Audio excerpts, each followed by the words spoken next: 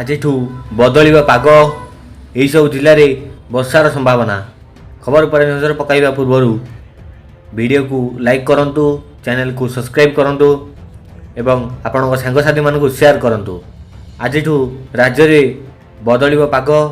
ଆକାଶ ମେଘୁଆ ରହିବା ସହିତ ବର୍ଷା ହେବାର ସମ୍ଭାବନା ରହିଛି।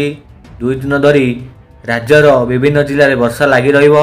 ଆଜି ଦକ୍ଷିଣ ଓ ଉତ୍ତର ଓଡ଼ିଶାରେ କିଛି କିଛି ଜିଲ୍ଲାରେ ବର୍ଷା ହେବାର ଆକଳନ କରିଛି ପାଣିପାଗ ବିଭାଗ।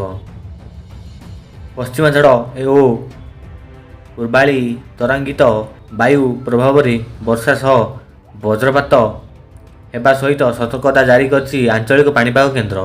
ବିଶେଷ କରି ଦକ୍ଷିଣ ଓଡ଼ିଶାରେ ପଶ୍ଚିମା ଝଡ଼ ପ୍ରଭାବ ଦେଖାଇବ। ଭୁବନେଶ୍ୱର ଆଞ୍ଚଳିକ ପାଣିପାଗ କେନ୍ଦ୍ର ଆକଳନ ଅନୁସାରେ ଆଜି 17ଟି ଜିଲ୍ଲାରେ ହାଲକା ମଧ୍ୟମ ଧରଣର ବର୍ଷା ହୋଇପାରେ। ମାଲକାନଗିରି, କୋରାପୁଟ, ନବରଙ୍ଗ, କଳାହାଣ୍ଡି, କନ୍ଧମାଳ, ରାୟଗଡ଼ା, ଗଜପତି, ଗଞ୍ଜାମ, ପୁରୀ, ଜଗତସିଂହପୁର, ବରଗଡ଼, ଝାରସୁଗୁଡ଼ା, ସମ୍ବଲପୁର, ସୁନ୍ଦରଗଡ଼, ଦେବଗଡ଼, କେଉଁଝର ଓ ମୟୂରଭଞ୍ଜ ଜିଲ୍ଲାରେ କେତେକ ସ୍ଥାନରେ ବର୍ଷା ହୋଇପାରେ। ଏହିସବୁ ଜିଲ୍ଲାରେ ହାଲକା ମଧ୍ୟମ ଧରଣର ବର୍ଷା ହେବାର ସମ୍ଭାବନା ରହିଛି।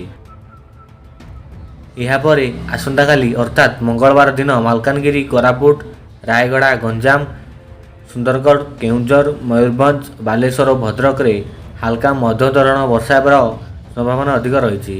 ଏହାସହ ଝାରସୁଗୁଡ଼ା, ଦେବଗଡ଼, ସମ୍ବଲପୁର, ଅନୁଗୁଳ, ଢେଙ୍କାନାଳ, ଯାଜପୁର, କେନ୍ଦ୍ରାପଡ଼ା, ଜଗତସିଂହପୁର, ପୁରୀ, ଖୋର୍ଦ୍ଧା, ନୟାଗଡ଼, କନ୍ଧମାଳ, କଳାହାଣ୍ଡି, କଟକ ଓ ନବରଙ୍ଗପୁର ଜିଲ୍ଲାରେ 1-2ଟି ସ୍ଥାନରେ ଆସନ୍ତାକାଲି ବର୍ଷା ହେବାର ସମ୍ଭାବନା ରହିଛି। ତେବେ 2 ଦିନ ରାଜ୍ୟରେ ତାପମାତ୍ରାର ହ୍ରାସ ହେବ ନାହିଁ। ଆଜି ରାଜଧାନୀ ଭୁବନେଶ୍ୱର ଓ ଆଖପାଖ ଅଞ୍ଚଳରେ ପାଗ ମୁଖ୍ୟତଃ ଶୁଖିଲା ରହିବ।